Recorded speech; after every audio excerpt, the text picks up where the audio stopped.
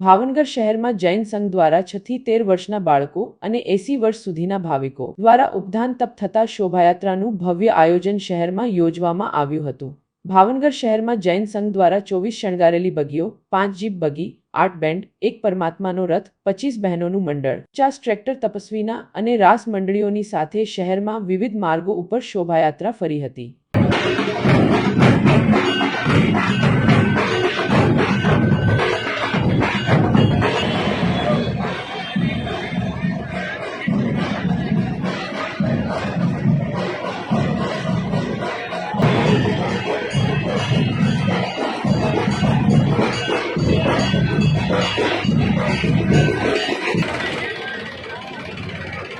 Arthur White.